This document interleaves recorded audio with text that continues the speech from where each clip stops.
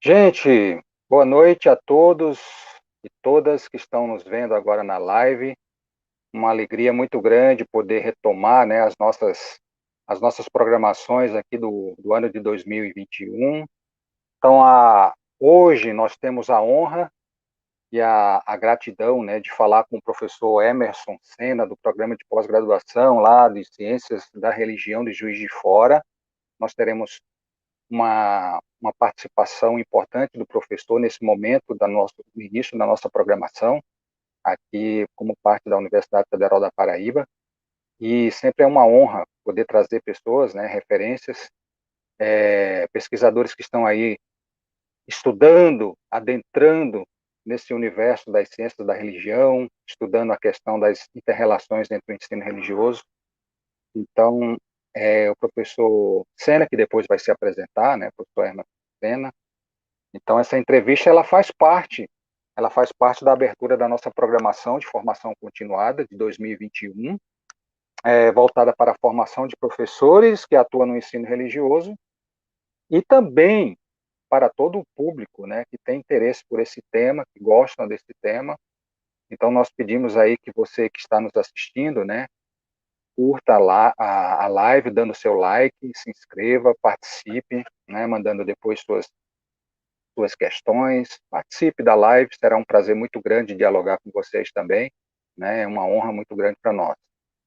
E é sempre importante a gente dizer, contextualizar essa live, porque essas atividades que serão desenvolvidas no YouTube ao longo desse ano, né? Teremos várias lives, várias entrevistas.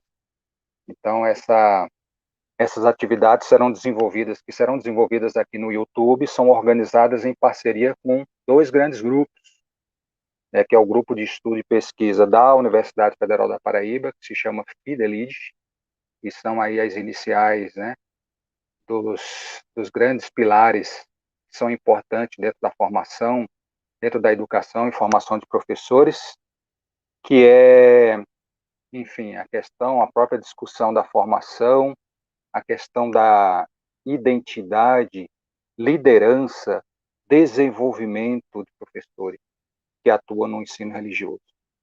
Então, Fidelidade representa né, essa busca por esses grandes pilares aí dentro desse universo do ensino religioso. Nós temos também o grupo do GPS, que é um grupo de estudo e pesquisa que trata sobre educação, religião, cultura e saúde, que é da Universidade Estadual da Bahia, e tem como coordenadora a professora Sandra Célia.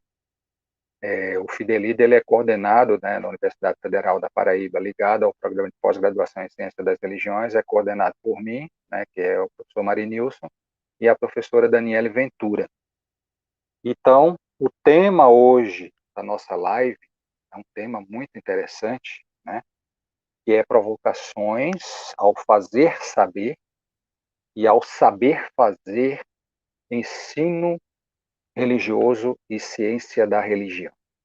Então, esse vai ser né, a nossa discussão hoje, falando sobre essas duas grandes áreas e como elas se interligam, como é que elas se dialogam entre si, né, se articulam entre si. Então, professor Emerson Sena, seja bem-vindo. Como eu falei, é um prazer tê-lo aqui. E aí, gostaria então, né, de colocar inicialmente para você, gostaria que você mesmo falasse um pouco a seu respeito, né, da sua experiência como docente aí na universidade, falasse um pouco dos seus estudos, enfim, das suas pesquisas.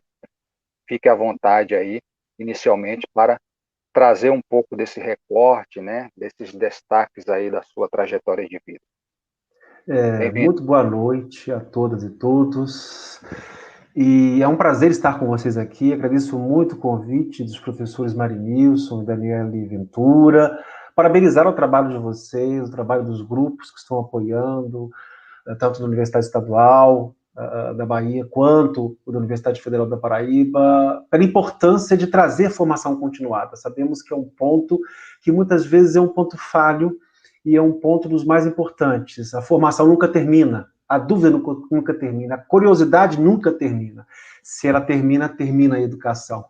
Mas a educação precisa Verdade. se manter sempre viva. Foi por Aí. isso que eu vim para a área de docência, né? As inquietações, as perguntas, as dúvidas nunca me deixavam quieto nas minhas seguranças e certezas religiosas. Eu já fui muito religioso, confesso. Sou oriundo do movimento carismático católico, mas sempre fui picado pelo bicho da curiosidade. Ou, como diria Sócrates, que se definiu como a mosca de Atenas, aquele que trazia os incômodos. E trazer incômodos me fez buscar sempre perguntas, curiosidades sobre religiões, isso já desde novo, e acabei cursando Ciências Sociais na Universidade Federal de Juiz de Fora, Uhum. com ênfase em antropologia, e já me perguntava sobre as questões que envolvem a religião, o catolicismo, no caso, e o carismatismo católico. A partir daí fiz o meu TCC, depois a especialização em ciência da religião, aqui mesmo na Universidade Federal de Juiz de Fora, depois o mestrado e doutorado, e 2 estágios pós-doutorais, um em antropologia e outro em ciências da religião. Inclusive, em 2018, tive, junto ao programa de pós-graduação em ciências das religiões da Universidade Federal da Paraíba, como pesquisador visitante, aprofundando os laços. Então, a minha trajetória é uma trajetória de muita inquietação. Sempre fui muito inquieto e muito insatisfeito com as respostas dadas, especialmente pelos dogmatismos religiosos.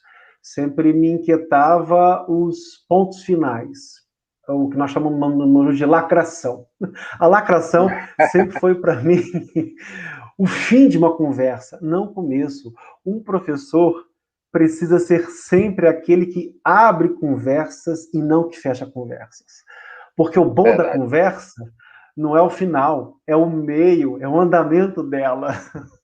Então, eu Perfeito. sempre procurei pesquisar assuntos como religião e política a partir das minhas pesquisas com os carismáticos, né? Então, eu fiz uma pesquisa de longo prazo, de 96 até 2006, a especialização, mestrado, doutorado, foi sobre carismáticos católicos.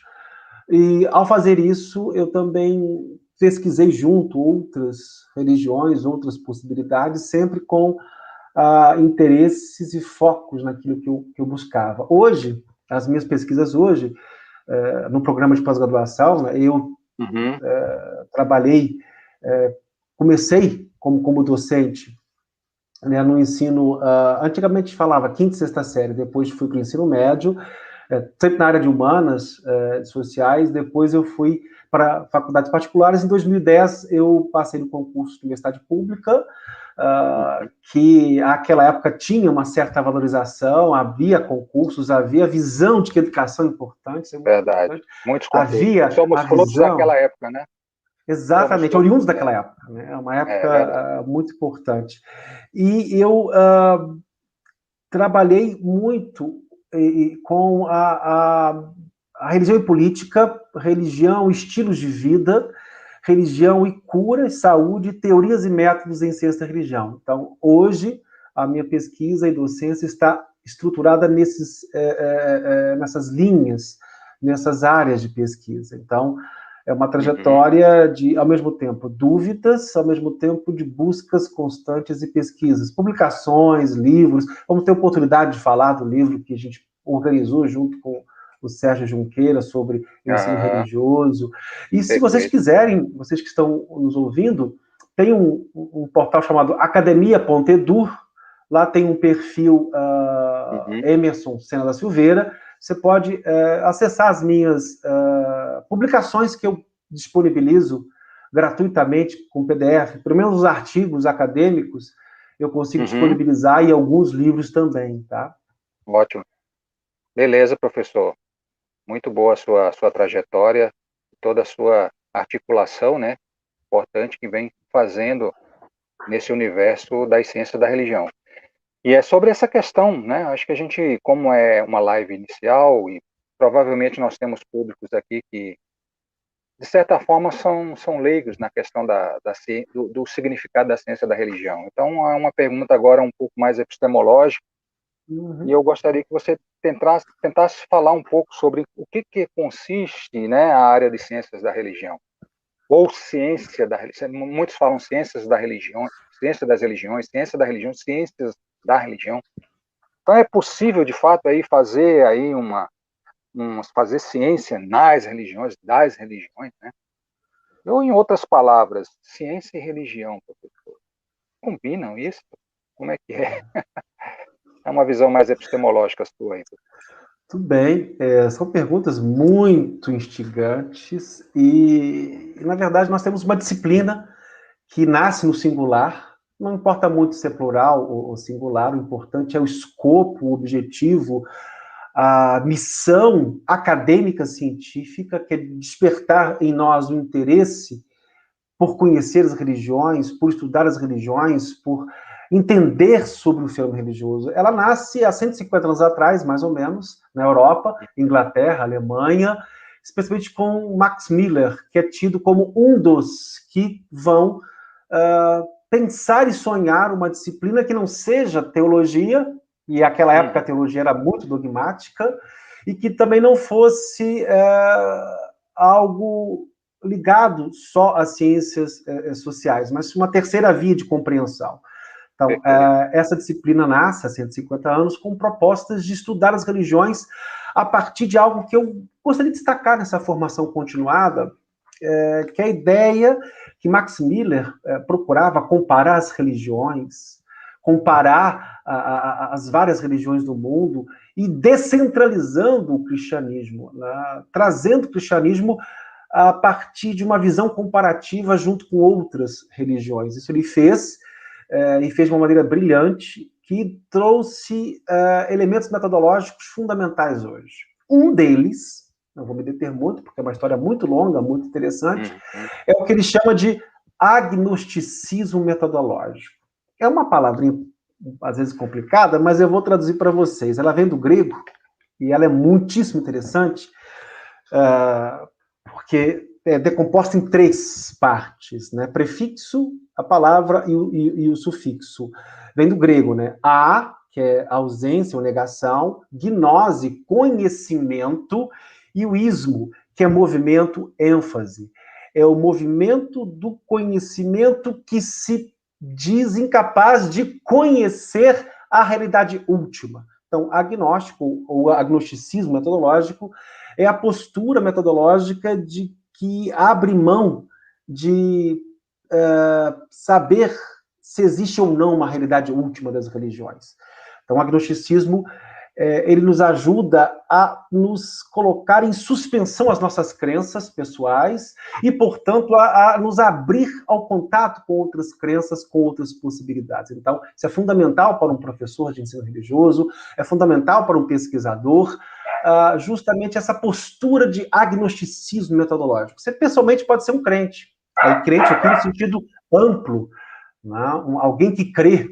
Mas, do ponto de vista metodológico, a postura que Max Miller, um daqueles que coletivamente construíram a ciência da religião, que é uma construção coletiva, não existe nada individual, toda ciência é uma construção coletiva, são centenas, dezenas de coletividades, tradições epistemológicas de pensamento.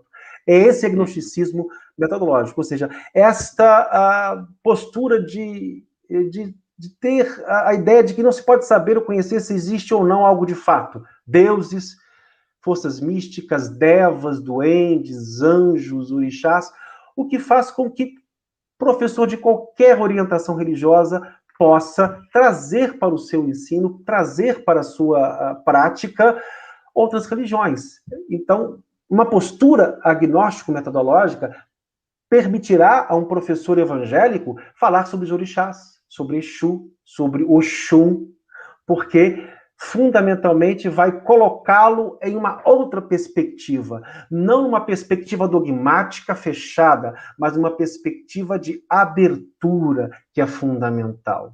Isto eu destacaria na ciência da religião.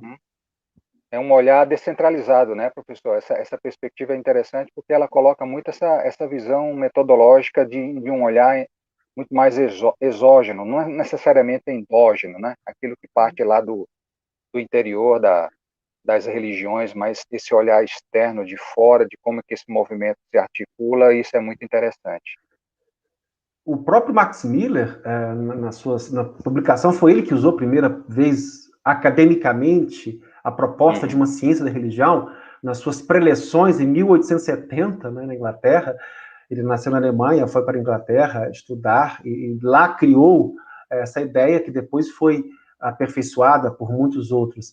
Ele apostava numa expressão que é muitíssimo interessante, vocês já devem ter ouvido falar. Ele tinha uma provocação metodológica muito interessante. Ele dizia que uma pessoa que conhece apenas uma religião não conhece nenhuma. Uma provocação muito interessante dele, né?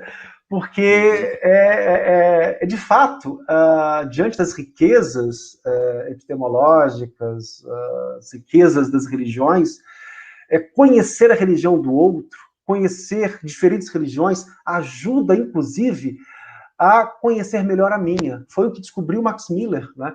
Ele passou a ver a própria tradição cristã, a própria Bíblia, de uma outra maneira, de uma maneira mais literária, de uma maneira mais aberta, menos presa a dogmas, ou seja, ao olhar para o outro, ao me abrir para o outro, esse outro, essa diferença, e no caso de Max Miller foram as religiões hindus, que ele estudou especificamente, mais profundamente, ele conseguiu uma outra profundidade do olhar de volta. Então, é o endógeno e o exógeno, olhar para fora e olhar para dentro. É a dialética que a ciência da religião propõe, ou seja, um estudo empírico, contato com outras religiões, e aí é o contato total, não é só um contato pequeno, é o contato com livros, é o contato com escritos sagrados, que são outros, é o contato com músicas, é o contato com rituais, que não são da minha religião, são outros. Tudo isso vai enriquecendo o olhar e a compreensão das minhas próprias raízes culturais, das minhas próprias raízes religiosas.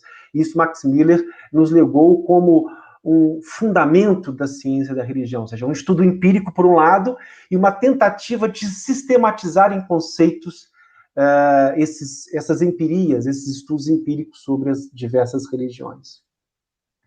Acaba sendo importante aí essa visão, no sentido de que há uma desconstrução de paradigma, né? No sentido de que a gente tem que mudar os nossos paradigmas, porque é nessa visão de quebra de paradigma que a gente consegue, então, se articular, né? Visualizar, se descentralizar daquilo que é única e exclusivamente as nossas perspectivas e olhar as diferentes perspectivas, olhar o outro. Mas não quer dizer que necessariamente eu seja uma Maria vai com as outras. É como você bem coloca a ideia do Max Miller, né? Na verdade, a gente olhando o outro, a gente consegue também se compreender nesse processo, né? E aí ter um auto-reconhecimento de si também nesse processo do reconhecimento do outro, né? A ideia da alteridade, da isteidade, que muito coloca o Paul Ricoeur, né? Interessante. Exato. Muito bom, professor. Quem não consegue olhar para o outro, quem não consegue abrir para outras religiões, não sabe olhar para si, para a própria tradição, para a própria religião. Isso é muito importante. O Max Miller e todos os primeiros fundadores da ciência da religião nos trazem como proposta metodológica, né? Porque eles trabalham muito com o comparatismo das religiões. Ao comparar religiões, não do ponto de vista, vamos dizer assim, evolutivo, a melhor ou a pior, a inferior ou a superior, não, a gente não trabalha com essas gradações evolutivas e hierárquicas, porque elas acabam não trazendo a riqueza das diferenças e semelhanças entre as religiões. Perfeito. É essa a contribuição da ciência da religião para o ensino religioso, essa possibilidade de, comparando fenômenos religiosos, percebendo as regularidades e as desregularidades, ampliar a perspectiva de compreensão. E quanto mais perspectivas de compreensão eu tenho sobre o fenômeno, mais eu posso trabalhar com as turmas de maneira mais livre de dogmatismos e sabendo lidar com os conflitos, com as questões que surgem da sala de aula, que sempre são desafiadoras para os professores de ensino religioso. E toda aula é uma aula única, é uma experiência única e que não se repete. Portanto, a ciência da religião traz ao professor de ensino religioso, à professora de ensino religioso, uma segurança epistemológica de que a postura que ele assume de agnosticismo metodológico é uma postura que vai lhe trazer rendimento, vai lhe trazer vantagem no sentido de trazer liberdade para comparar, para olhar, olhar a religião hindu, olhar a religião afro-brasileira, olhar o cristianismo, olhar as tradições islâmicas, olhar as tradições judaicas e trazê-las para, por meio de um artesanato intelectual, a transposição para a sala de aula, saber transpor para a sala de aula, que é um detalhe fundamental. Importante, né? Buscar elementos em comum, convergência, aquilo que de fato consiste a essência da nossa riqueza enquanto sociedade, humanidade, a essência das religiões, né? Que vem se perdendo. E tudo isso está muito implícito nessa discussão, nesse eixo transversal entre elas, né?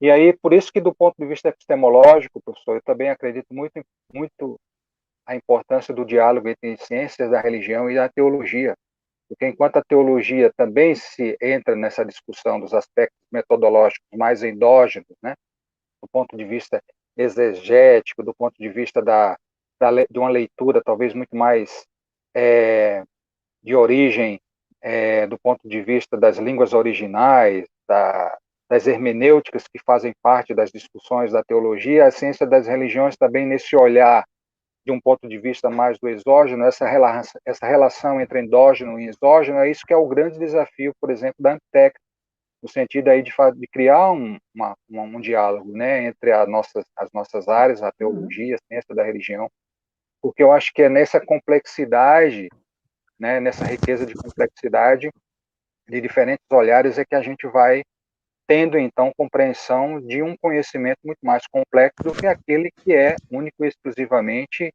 voltado para um si mesmo, né? Que dialoga um solipsismo, que dialoga com si mesmo. É preciso a gente dialogar com um universo maior. E eu acho que isso é um grande desafio também entre a Associação Nacional, né, de Pós-Graduação em Ciências da Religião, discutindo também a teologia. Penso que é nesse sentido também. É preciso superar, aí você falou das semelhanças, mas também as diferenças, os contrastes, né? Também. A gente vai trabalhar com os dois, o contraste entre as religiões e a diferença entre as religiões, né? Falamos do cristianismo, mas dentro do cristianismo existem contrastes e diferenças, existem cristianismos, existe Exato. o plural e o singular ao mesmo tempo, né? O singular é o conceito abstrato, né? E o singular são as expressões concretas históricas, isso se articula o tempo todo. E um dado muito importante é o nosso olhar para isso. Como é que está o nosso olhar? Quanto mais ele trabalha com multiperspectivas, quanto mais ele é multimetodológico, mais eu tenho instrumentos para trabalhar bem em sala de aula. Quanto menos riqueza instrumental, metodológica, de leitura, mais dificuldade eu terei para trazer para a sala de aula uma compreensão que não seja dogmática. Porque é muito importante sempre estar lembrando, ensino religioso não é ensino de um dogma, não é escola dominical, não é catequese. Ensino não é religioso, paróquia. Exato, não é paróquia. O ensino religioso é uma mirada para dentro e para fora das religiões, de tal forma que eu as compreenda como contributos culturais para a humanidade. E aí terá validade e importância as religiões afro-brasileiras, como as religiões abraâmicas, as religiões monoteístas, elas estão nesse aspecto em pé de igualdade. Aí, isso rompe. Max Miller foi um dos primeiros a romper, quando ele se abriu para estudar as religiões hindus, ele rompeu, né? Frederick Max Miller, né? Ele rompeu com essa ideia de especialidade cristã da revelação, né? A ideia de que o cristianismo seria uma religião muito especial, única, porque seria revelada. Max Miller vai mostrar pela ciência da religião que existem outras religiões, que existem outras possibilidades, inclusive internas, de trazer o cristianismo para um outro plano, né? Para um plano mais aberto, mais plural. A própria Bíblia foi, na época de Max Miller, século XIX, fruto de estudos linguísticos, literários, antropológicos, que mostraram uma riqueza enorme dentro da própria tradição cristã que muita gente não conhece, desconhece. Muita gente não entende, por exemplo, histórias belíssimas da própria tradição cristã. Eu gosto muito de trabalhar, por exemplo, quando se fala de gênero, do feminino, a história de Judite, que é maravilhosa. A hebreia que decapita o capitão Holofernes é uma história bonita, as histórias são belíssimas, a história da tomada de consciência, a história da libertação nesse aspecto. Né? Então, aí já entramos na terceira pergunta, professor. É Exato. justamente isso que você vem colocando, né? Essa relação com a relação entre ciência da religião com o ensino religioso. Então, aí é possível a gente perceber esse diálogo, né? Como você mesmo coloca aí, entre as ciências da religião e o ensino religioso. Seria esses os pressupostos iniciais, básicos, entre essa interligação entre ciência da religião e ensino religioso? Seria por aí o Sim. caminho, então? Agnosticismo metodológico, a possibilidade de comparar as religiões, os fenômenos, quaisquer que eles sejam, não há tabu para a ciência da religião nesse sentido, comparar para ver as semelhanças e as diferenças, segunda postura. Terceira postura, a própria possibilidade da dialética entre olhar para fora e olhar para dentro. Quarta postura, a multiperspectividade e a interdisciplinaridade da ciência da religião. Então, a ciência da religião fornece ao professor a possibilidade de trazer diálogos com a história das religiões, com a antropologia, com a sociologia, com a filosofia, com a teologia, que tem uma diversidade muito importante. Os que nos assistem, né, aquelas que nos assistem, por exemplo, hoje o campo antropológico está com uma efervescência muito grande. Temos a teologia feminista, as teologias feministas, né? Mary Hunt, por exemplo, uma teóloga católica muito importante, que faz uma releitura da Bíblia muito interessante. As teologias negras, as teologias queers. Há uma diversidade hoje no campo que vai trazer ao professor a segurança, por um lado, mas também a picada da curiosidade, né? A coceira das ideias que Rubens Alves falava. O professor é aquele que, ao produzir a coceira nas suas ideias, porque fica inquieto, também consegue levar os alunos e alunas a ter coceiras de ideias, a coçar as suas ideias, a movimentar as suas ideias sobre o outro. Porque, infelizmente, vivemos num mundo em que há muito narcisismo, o olhar voltado para o umbigo, há muito amor do mesmo, falta o amor do outro nesse aspecto. O amor aí eu estou tomando no sentido mais epistemológico, não no sentido romântico, né? Mas falta o amor do outro, do diferente e não do diverso. Falamos muito de diversidade, mas a diversidade ela está muito ligada com o status quo da sociedade neoliberal, capitalista. A gente precisa trabalhar com o amor ao diferente, ao alter. O alter, o outro, é aquele que me nega, é aquele que traz um aspecto que falta em mim. Isso é muito importante, esse amor do outro para superar o amor do mesmo, que redunda em identitarismo, redunda em bolha, redunda em clube fechado, que fundamentalmente vai cair no fundamentalismo, no conservadorismo, no reacionarismo, na ideia de que é o meu clubinho, é a verdade que eu construí, esta eu amo. A ciência da religião não, vamos olhar para fora, vamos olhar para outras possibilidades, vamos olhar para outras poesias, outras músicas, vamos ouvir os pontos da Umbanda, do Candomblé, os pontos da Jurema, vamos ouvir os hinos pentecostais, o que eles dizem, o que eles podem nos trazer em termos de poesia, de pensamento de mundo.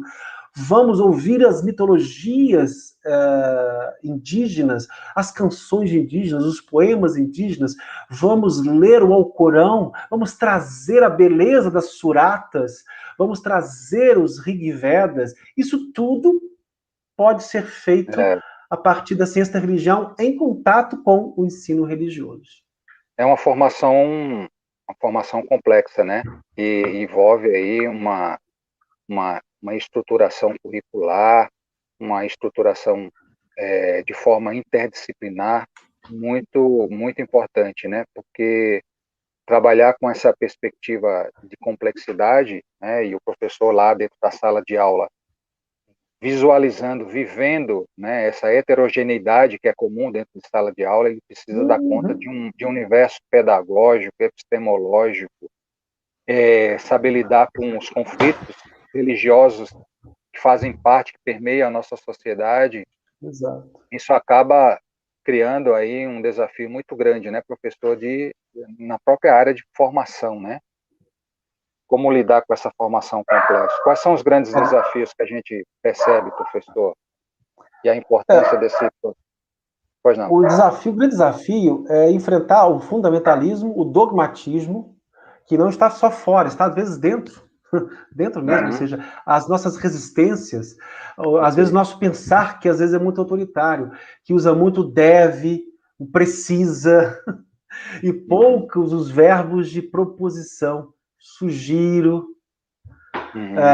podemos, tem muito disso. Então, um desafio é vencer os fundamentalismos, os dogmatismos da sociedade em geral, e também os nossos dogmatismos, as nossas rigidez, a nossa rigidez às vezes, né? E aí, a sexta religião vai trazer ao professor a possibilidade de se assentar numa base segura. Eu posso superar a rigidez, o dogmatismo? Sim. E isso não vai ter um efeito imediato no sentido de mágico na sala de aula, porque toda sala de aula também é uma construção, a gente tem que pensar nisso. Toda a aula de ensino religioso é uma complexa construção, uma complexa preparação, mas preparar com o quê? Com que instrumentos? Se eu não conheço as diferenças religiosas, se eu não conheço os outros, as outras epistemologias e possibilidades, eu não vou conseguir, de fato, trazer para a sala de aula a possibilidade de superar, a possibilidade de viver outras possibilidades, de levar junto o aluno e a aluna a experimentar a beleza de um mito de Exu, que também pode ser comparado a Hermes, da religião grega, né? A ideia de comparatividade, né? Mas sem isolar, mas sem equivaler. Comparar não é fazer equivalências, comparar é perceber as belezas, as diferenças, os contrastes, as possibilidades. E isso assusta, porque isso nos coloca para fora de nós, mas ao mesmo tempo para dentro, para áreas do nosso ser, né? O si mesmo como o outro, como diria Paul Ricoeur, que a gente não tem conhecimento, porque há riquezas interiores que não conhecemos porque justamente não conseguimos olhar para o outro, não para o outro, para o diferente. Eu estou querendo evitar a palavra diverso, né? E tentar introduzir a palavra da diferença.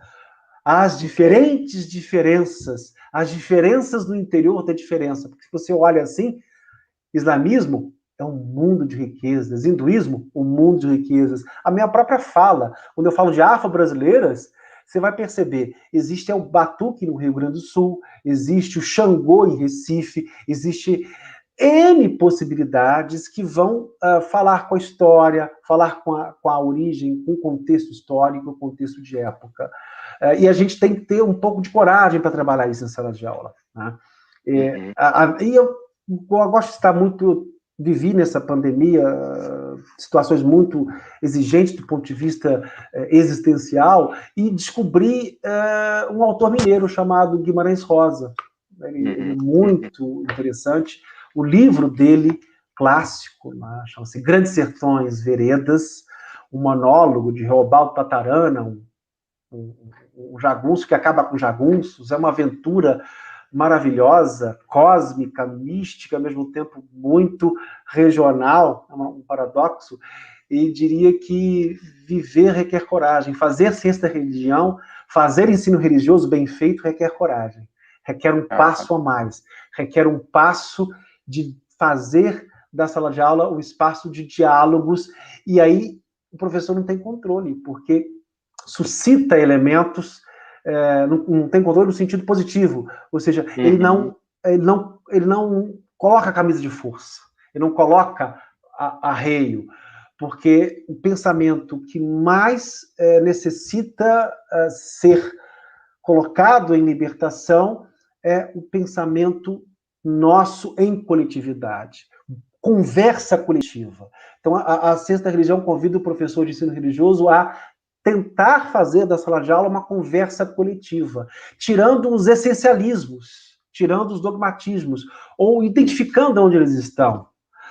E isso é um trabalho delicado, é um trabalho de costura que a gente faz dia a dia, momento a momento, mas sempre, nunca perdendo o interesse por leituras e por pesquisas e por curiosidade, que é fundamental. O elemento da curiosidade epistemológica, no sentido epistemológico, né? Não é a curiosidade por curiosidade, não é aquela curiosidade fútil, mas é aquela curiosidade: por que Yeshua é assim? Por que Jesus é assim? Por que Jesus é retratado sempre como louro de olhos azuis? Sendo que os semitas, na época de Jesus, tinham uma outra formação, uma outra conformação geográfica, biológica e social.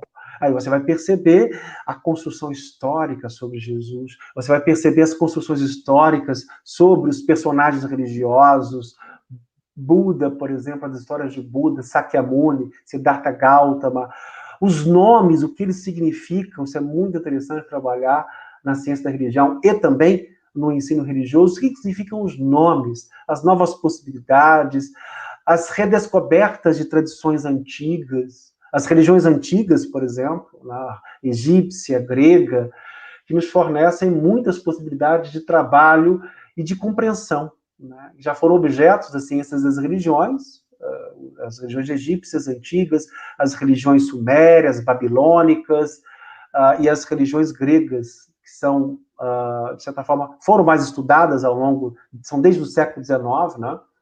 E agora as religiões afro-brasileiras, que são específicas também, são produtos culturais específicos do Brasil, embora tenham sua matriz na África, nos orixás, nas religiões africanas, de modo geral, né? E esse caldeirão cultural do Brasil não dá para ser evitado. Ele é a nossa própria constituição, a nossa própria estrutura histórica e social. Professor, ainda dentro dessa articulação, recentemente você trabalhou, né, junto com o professor Sérgio Junqueira, escreveu um livro acerca da Base Nacional Comum Curricular, BNCC, sobre ensino religioso, não é isso? Quais os destaques que o professor faria dessa produção? Eu queria até apresentar a capa do livro para vocês procurarem, já está e pedir para vocês irem curtir na Amazon, deixarem uma avaliação positiva, depois de lerem, também podem ler o resumo. O livro foi escrito por mim, por Sérgio Junqueira e minha equipe. É um trabalho coletivo. Eu gosto muito de enfatizar o trabalho coletivo.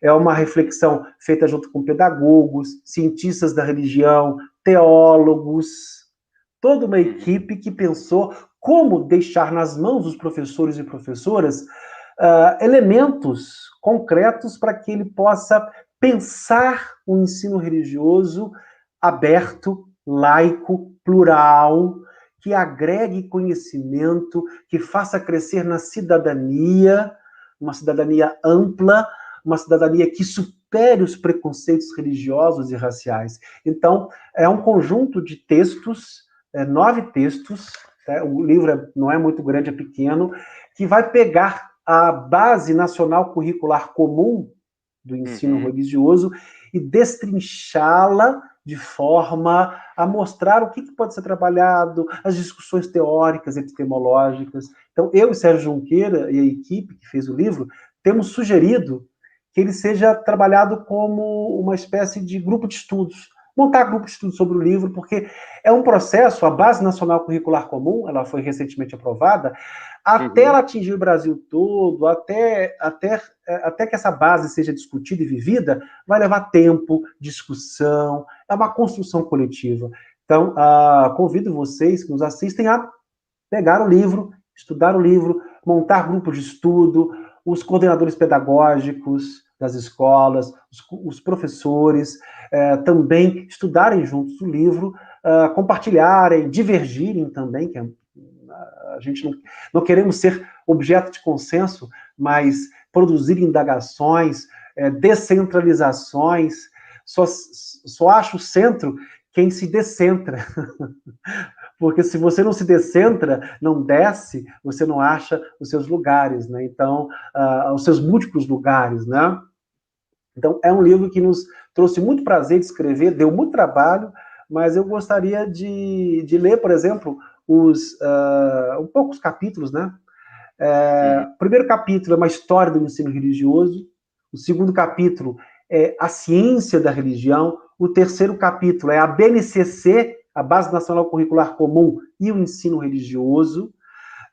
O quarto capítulo é diretrizes curriculares para o ensino religioso. O quinto capítulo é o conhecimento religioso, o conhecimento que as religiões produzem. O sexto capítulo, metodologia didática em face da BNCC. O sétimo capítulo, sobre a diversidade religiosa. O nono capítulo, identidade e alteridade. E, quer dizer, o oitavo. E o nono e último, crenças religiosas e filosofias de vida no BNCC. É o último capítulo que encerra aí mostrando as várias filosofias e crenças religiosas organizadas e pensadas dentro das habilidades pedidas pela BNCC, as diretrizes, o que é para abordar no primeiro, segundo, terceiro ciclo, ou né, enfim, nas questões bem específicas, né? Ok.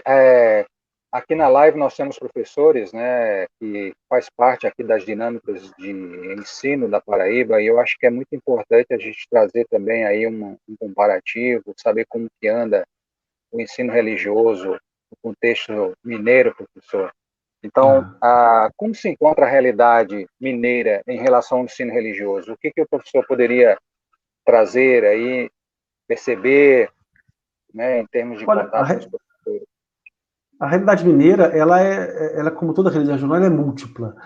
Mas, felizmente, ela é uma realidade diferente de alguns outros estados. Porque, por exemplo, o Rio de Janeiro acabou confessionalizando o ensino religioso e, portanto, assumindo a ideia de que religião é dogma ensinado para o grupo específico. O objetivo do ensino religioso, aqui, pelo menos no estado, também trabalha nesse sentido mais pluralista, mas é muito difícil, porque algumas regiões têm mais professores ligados a essa perspectiva mais pluralista, outras ainda ligadas a interesses religiosos.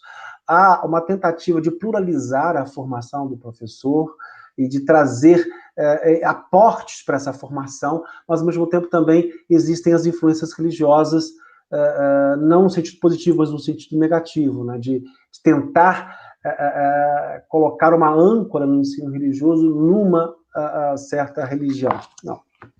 Mas, de modo geral, ele tem se pautado de uma maneira diferente de estados mais confessionais, mas ainda galgando degraus para chegar a uma realidade mais aberta, mais plural, mais vivencial. Então, nós temos uma realidade regional muito disparatada, muito assimétrica, muito desigual, mas a direção geral trabalha dentro daquilo que este livro propõe, que foi proposta, inclusive, que é proposta, inclusive, para os grandes fóruns de debate do ensino religioso. Ou seja, o ensino religioso é plural, laico, ele tem que trabalhar com as ciências sociais, a ciência da religião, ele tem que dialogar, ele tem que trazer para outras possibilidades, e não para o amor do mesmo, para o amor de si, para o narcísico, olhar para o outro e enxergar eu mesmo.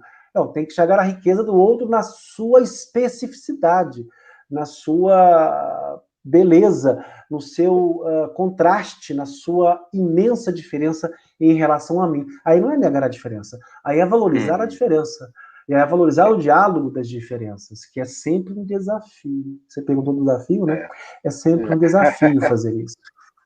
Um outro desafio que eu vejo é a importância da articulação entre a universidade, né, e prefeituras, enfim, com a questão da formação continuada, com cursos de extensão, né? Isso é muito importante, essa articulação entre o contexto universitário e o dia a dia, né? O que de fato acontece nas escolas.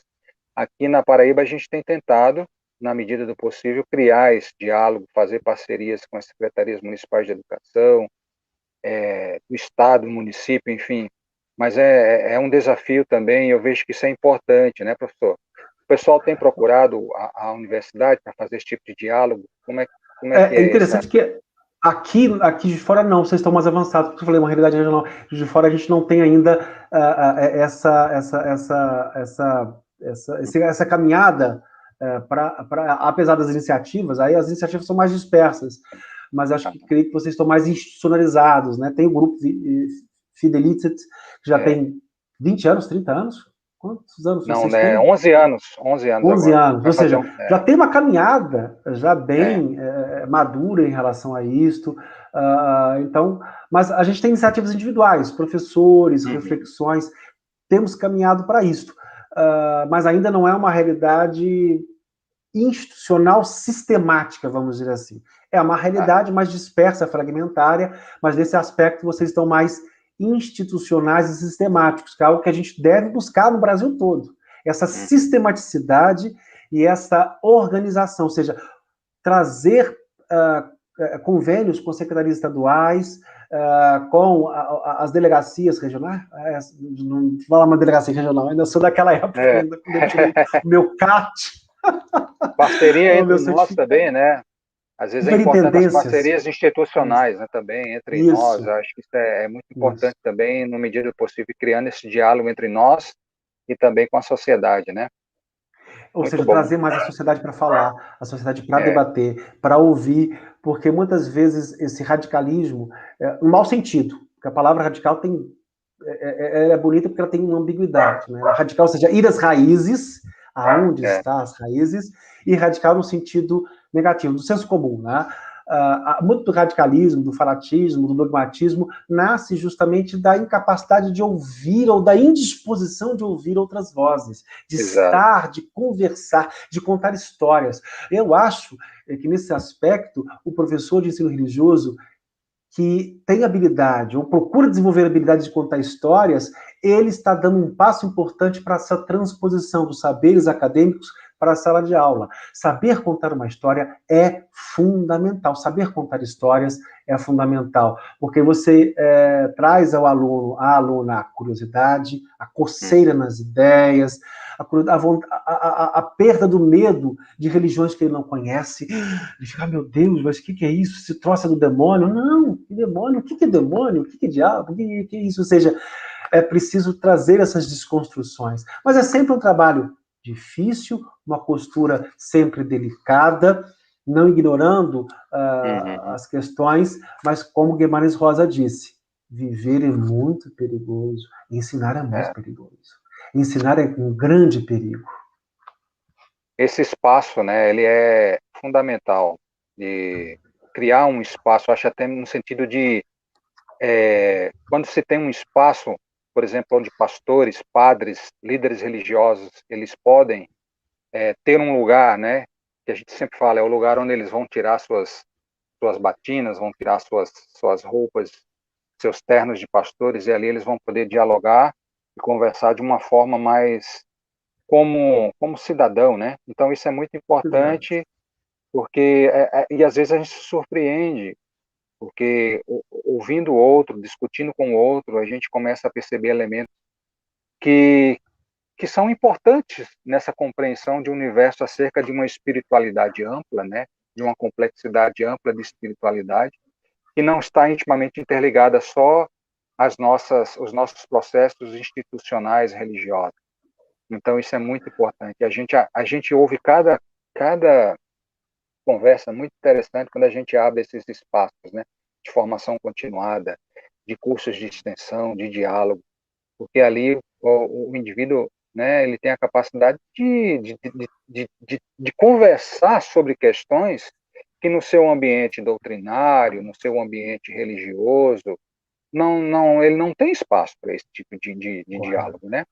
Então isso é muito importante, é fundamental, até mesmo no sentido da gente abrir espaços, né?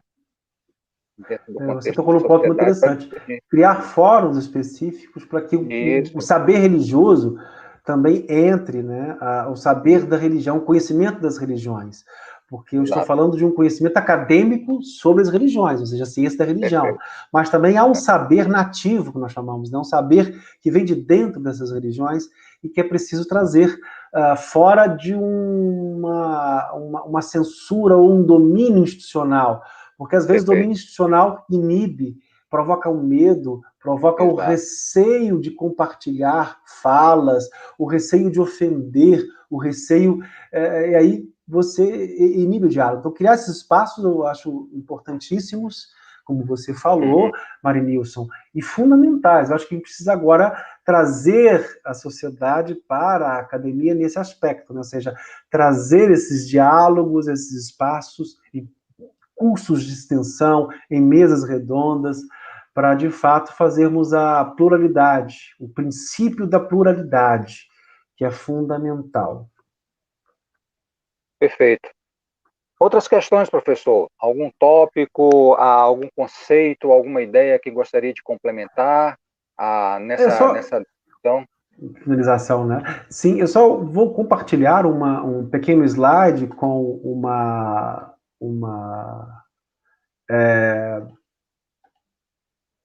estou procurando aqui com vocês onde está o meu slide para apresentar para vocês. Tá sobre. Eu acho que eu perdi o meu slide aqui. Vamos ver se eu acho o meu slide. Sem problema. Vai procurando aí que a gente... Sim, eu gostaria de agradecer, enquanto isso, já finalizando, e convidar vocês a fazerem esse passeio a respeito da própria existência, da própria possibilidade de viver outras experiências, da própria maneira de olhar para dentro e para fora. Eu acho que já deu para fazer a exibição, Marinilson. Oi, aqui já Isso. visualizamos um slide. Ótimo. Eu gostaria de convidar vocês para assistir essa série belíssima chamada Híbridos, os Espíritos do Brasil. É um projeto que trabalhou com rituais e cânticos das mais diversas religiões e tradições. Então, são 49 vídeos, alguns mais longos, outros mais curtos, mas são belíssimos. O teaser oficial é belíssimo, porque fala dos cânticos religiosos, pentecostais, afro-brasileiros, umbanda, candomblé, indígenas, wiccas, pagãos, né? Aqui está um pouco a chamada playlist, né? Para vocês terem uma ideia, né? Há muito sobre os povos indígenas, há muito sobre os terreiros, sobre os pentecostalismos, neopentecostalismos, tem uma forma muito bonita de trabalhar, então deixa esse convite a se deixar encantar pelo outro, pela religião do outro, porque com certeza haverá uma conversão, no bom sentido. Você poderá se converter, mas se converter ao plural, à abertura, a uma outra possibilidade, à curiosidade, a ser mais. É isso o convite da ciência e da religião. É tão triste quando a gente fica preso no narcisismo, no dogmatismo, é tão triste quando a gente não consegue olhar para outras possibilidades e só ver o próprio umbigo. A gente não curte, a gente não sente, o nosso tato, a nossa visão, a nossa audição empobrece, embota. E ciência da religião e ensino religioso podem se enriquecer mutuamente e fazer da sala de aula, do processo de ensino-aprendizagem, apesar das dificuldades, o salário do professor, que é uma luta que deve ser sempre lembrada, as condições estruturais do ensino pelas quais devemos mudar, batalhar para mudar as condições e o olhar dos governantes, o olhar dos políticos sobre isso. Eu gosto muito de trabalhar com Tony Negri, um pensador marxista. Eu até comprei um livro dele recente, né, Assembly, né, Antônio Negri e Michael Hard. Ele traz novas formas de filosofia, ele fala um pouco sobre a violência religiosa, e ele fala muito sobre a capacidade de construção coletiva, de construção do coletivo. Então, a luta coletiva é aquela na qual outros virão atrás de nós, após nós, inclusive os políticos. Porque nós não somos nós que devemos seguir os políticos. Está tudo errado. São os políticos que devem nos seguir, nos servir. Político com cargo é um funcionário público especial, temporário. E ele deve ser, portanto, ser servidor. Portanto, as nossas pautas salariais, as nossas pautas institucionais, pautas de formação, pautas de convênios, têm que ser colocadas também. A ciência da religião crítica, ela nos ajuda a pensar isso, ela nos ajuda a nos preparar para isso, e a nos dar segurança epistemológica de que estamos no caminho adequado, o caminho da pluralidade, o caminho de ouvir as vozes dissonantes e caminhar na construção de saberes que, reconhecendo as multiplicidades e riquezas, possam também retroalimentar os nossos valores, as nossas raízes e fazer-nos crescer espiritualmente, fazer-nos cidadãos melhores, homens e mulheres melhores, nesse sentido, não no sentido do mesmo, do embotamento, do umbigo, do narcisismo. Muito obrigado, Marinilson, Daniela Ventura, obrigado ao grupo de estudos, aos grupos que possibilitaram essa formação continuada e essa live. E fica aqui o meu abraço mineiro, a minha lembrança mineira, o meu agradecimento a todos que estão nos assistindo e nos assistirão infinitamente no futuro esta live. Muito obrigado. Nós agradecemos, muito bom as suas colocações, nós aqui nos sentimos honrados pela sua experiência, pelos seus, enfim, todo o seu transcurso, os seus aprendizados, e aí temos a oportunidade de ouvi-lo. Será que teríamos alguma pergunta? Poderíamos abrir agora um espaço rapidamente para algumas perguntas, caso alguém queira fazer, se tem alguma questão que foi colocada no chat, talvez. Existe alguma colocação? Vamos aguardar. Sim, vamos aguardar. Lousana. Ainda temos uns minutinhos, né, uns 3 minutos. Lousana, tem alguma... Essa perspectiva de leitura das ciências das religiões precisa romper os muros dos pós e graduações e tornar-se prática didática do ensino religioso. Em outras palavras, os teóricos da área precisam chegar na educação de base. É uma colocação do meu Daniel Leles. Daniel Leles, um abraço, um grande abraço. Eu concordo com você, Daniel Leles. A gente precisa criar esses espaços, fóruns. Este é um fórum virtual, mas precisamos pensar sempre mais projetos de extensão, possibilidades para fazer dialogar os teóricos com os professores, com os alunos, os velhos e os novos, os antigos, os contemporâneos, as tradições, os contemporâneos. Isso é fundamental, Daniel Leles. É importante romper esses muros, trazer os conhecimentos, trazer novas escutas, novas falas, para enriquecimento mútuo. Concordo plenamente. E a gente ainda está precisando, a gente está engatinhando nisso. Precisamos acelerar e aprofundar essas perspectivas. A formação continuada também é uma forma de trazer isso, né? De fazer esse diálogo acontecer. Mas ainda é preciso cada vez mais isso. Nós temos uma outra colocação do Robson Rangel. Recordo que o professor Wilfred Smith é em O Sentido e o Fim da Religião, quando nos faz refletir sobre a ideia de empatia. Escrevemos o outro, mas não nos perguntamos como seria a experiência desse outro religioso. Obrigado, Robson Rangel. Isso. Um grande abraço, foi meu aluno, nasci no curso de graduação em Ciência da Religião, sempre com boas colocações, participativo, sempre interessado em religião. Ele tem uma tradição religiosa, mas se abre às outras tradições religiosas, é muito bonito isso. Ele tem uma tradição religiosa muito nobre, e se abre às outras tradições religiosas. Isso é fundamental.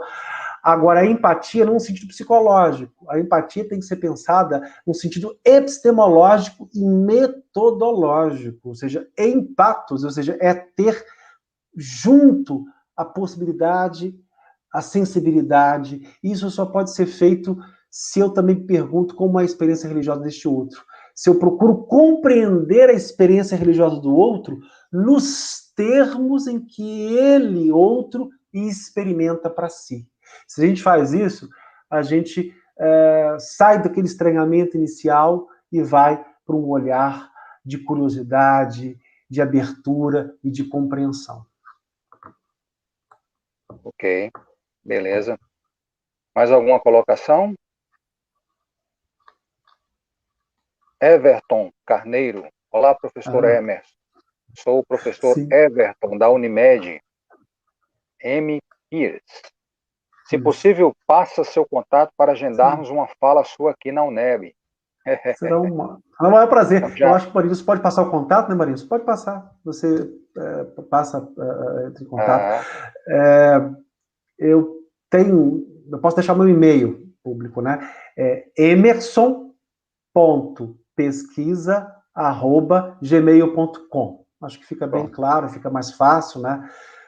De entrar em contato comigo, mas também tem o próprio professor Marinilson, que também já tem os meus contatos também, se você quiser entrar em contato com ele também diretamente com o Marinilson, ou comigo, enfim, por aí vai. Muito obrigado aí pela disponibilidade, pelo interesse. emerson.pesquisa@gmail.com. Fácil. Isso. Tranquilo. Esse é obrigado. O e-mail eu respondo sempre, tá? E muito obrigado pelo interesse, por você estar aqui na live, na formação continuada, expandindo essa rede de conversa. É necessário expandir a rede de conversa. Colocar mais gente conversando sobre ensino religioso e ciência da religião, múltiplos saberes, complexidade, diferença, alteridade, estratégias didáticas, enfim, tudo isso é importante. Temos ainda uma última colocação do Daniel Leles. Nessa perspectiva, é um enorme desafio e que deve se iniciar nas licenciaturas do ensino religioso e ciência da religião, né? Os programas precisam rever suas transposições e preparação dos futuros professores de ensino religioso. Eu concordo, Daniel Leles. Isso é um trabalho permanente, tá? Esse trabalho de revisão e de discussão do currículo, discussão do cabedal, da literatura, discussão de aportes metodológicos, instrumentais, mas sempre aquela visão. Teoria e prática trabalham juntas, gente. Não adianta aquela ideia de que eu vou para a sala de aula, vou dar aula e pronto. Não vai cair nada na sua cabeça como mágica. Não vai surgir como mágica na sua cabeça. Só vai surgir estratégias, só surgirão estratégias se você também dialoga com a teoria, questiona a teoria, se incomoda com a teoria, se deixa contaminar pela teoria, se sensibilizar pela teoria, mas se sensibilizar pela fala, pelo canto, pelas outras possibilidades, pelas outras conversas, pelas histórias que as religiões contam. Eu queria só lembrar dois livrinhos, você falou dois livrinhos, que eu acabei esquecendo, que eu recomendo muito para vocês, professores de ensino religioso, que eu acabei de publicar. Um deles, inclusive, com a professora Dilaine Sampaio, que é professora no programa de pós-graduação em Ciências das Religiões aí, e no curso também de Ciências das Religiões, né? Ele chama-se Narrativas Míticas, Histórias que as Religiões Contam, pela editora Vozes. Um grupo, uma grande equipe trabalhou, preparou com muito carinho várias análises, histórias de várias religiões, as mais amplas possíveis. E o segundo livro chama-se Como Estudar as Religiões, que eu organizei também pela editora Vozes, é um livro de capa verde, que vai trazer métodos de estudo das religiões. A gente sempre se pergunta, como é que eu estudo uma religião? Como é que eu devo estudar o fenômeno religioso? Esse livro vai trazer um aporte multimetodológico, múltiplas metodologias, para você entender como pesquisar o ensino religioso. Para o professor isso é fundamental. Qual é o método de estudo de uma religião, ou de alguma religião, ou das religiões? Aí a gente pode falar de método no singular, mas também no plural. A gente sempre tem que pensar e testar, e caminhando nesse aspecto para conhecer mais sobre a religião, sobre as religiões, empiricamente falando, mas também tentando sistematizar esse conhecimento. E o professor, na sala de aula, é um grande sistematizador de conhecimento, é um grande provocador de conhecimento, é um grande semeador de conhecimento.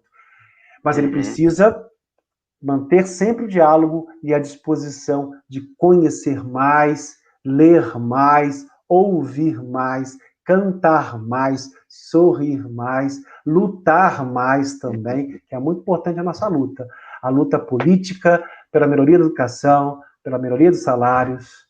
Isso é fundamental. Eu não gosto de deixar de falar sobre essa questão, porque ainda temos muito a caminhar nesses aspectos institucionais e políticos. Não estão separados, gente. Vocês acham que está separado ciência da religião e ensino religioso de aspectos políticos institucionais? Não estão, não. Aspectos políticos e institucionais, ciência da religião e ensino religioso caminham juntos, são inseparáveis. Inclusive, nós temos ainda a nossa última pergunta, né, é sobre política, que é até polêmico, que é o nosso professor e esposo da Daniele Ventura, Gilmário Cassandro. Ele pergunta como você vê o posicionamento do atual governo quanto ao ensino religioso. Nós tivemos aí, né, o Supremo Tribunal Federal, em tempos anteriores aí, passados, né, teve uma discussão, uma pauta sobre a questão do ensino religioso. Como é que você vê isso? Um governo de extrema-direita, comprometido com o fascismo subjetivo, com o amor do mesmo, mas um mesmo que só olha para si, só olha para uma suposta verdade, ele vai olhar com muito maus olhos um ensino religioso plural, aberto, que faça as pessoas conversarem, que faça as pessoas crescerem juntas, que faça as pessoas se colocarem ombro a ombro, olharem umas para outras e aprenderem umas das outras.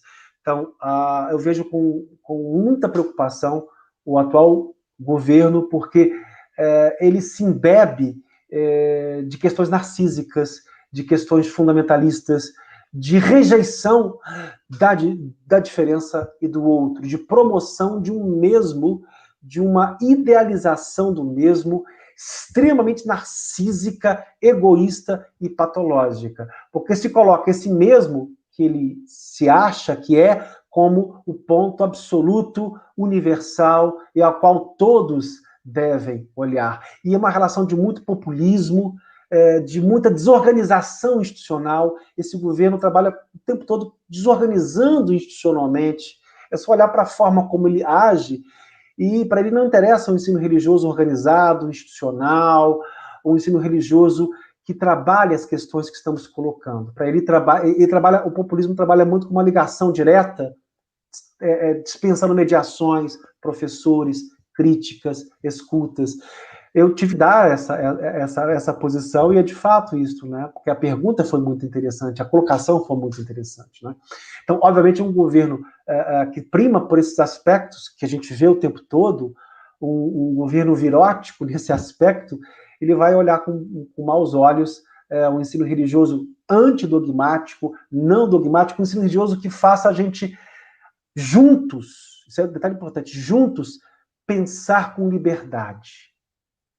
Não à toa, a expressão que é usada é gado, né? Gado é aquele que vai junto, mas ao mesmo tempo está automatizado, robotizado, hipnotizado, fora de órbita nesse aspecto. Mas o ensino religioso, de fato, que vai nos trazer conhecimento, é aquele ensino que juntos faça com que a gente busque a liberdade, a alteridade, a compreensão do outro, e não tratar o outro como inimigo a ser eliminado. É muito comum esse governo tratar os outros divergentes como inimigos que têm que ser subordinados, porque ameaçam a minha existência. Isso é uma invenção ideológica, obviamente, e é preciso que a gente trabalhe contra isto, mostrando, desconstruindo essa ideia do inimigo, e só é possível desconstruir essa ideia do inimigo com o diálogo, a formação contínua, a leitura múltipla, plural, de autores, métodos e novas possibilidades. Bem, nós agradecemos, professor, em nome, então, dos nossos programas de pós-graduação aqui da Universidade Federal da Paraíba, da Universidade Estadual da Bahia, do Grupo Fidelide, do GEPRES, nós agradecemos a participação, as suas colocações, muito importante, reflexões que vêm dos seus estudos, dos seus posicionamentos e das suas inclinações aí no programa. Muito obrigado e desejamos sucesso, né, que 2021 venha aí com força, livre da pandemia, para que nós tenhamos aí novas possibilidades, novos investimentos na nossa área, nas nossas discussões. Muito obrigado, professor. Um abraço a todos os mineiros, aos conhecidos aí do programa, né? E fica então o nosso abraço e o nosso carinho por tudo, né? Por todos vocês aí que vêm trabalhando coletivamente, conjuntamente nesse processo. Muito obrigado, Marilson. Obrigado a todos. Eu vou terminar com saudações religiosas, pedindo licença para vocês. Oxalá, Oxum, Saravá, Axé, Shalom, Assalam Aleikum, e todas as outras, inclusive as que não acreditam em religião, as sem religiões, os ateus. A ideia do acaso também, que o acaso também possa nos proteger. Uma letra de rock, né? O acaso vai nos proteger. Espero que sim, espero que nos proteja. Mas nada vai acontecer se não ousarmos sonhar, se não ousarmos lutar juntos por dias melhores. Muito obrigado, agradeço também a participação de todos que estiveram conosco, né, curtindo aqui a nossa live. Muito obrigado a todos e assim desejo uma boa noite. Obrigado, encerramos então a nossa live.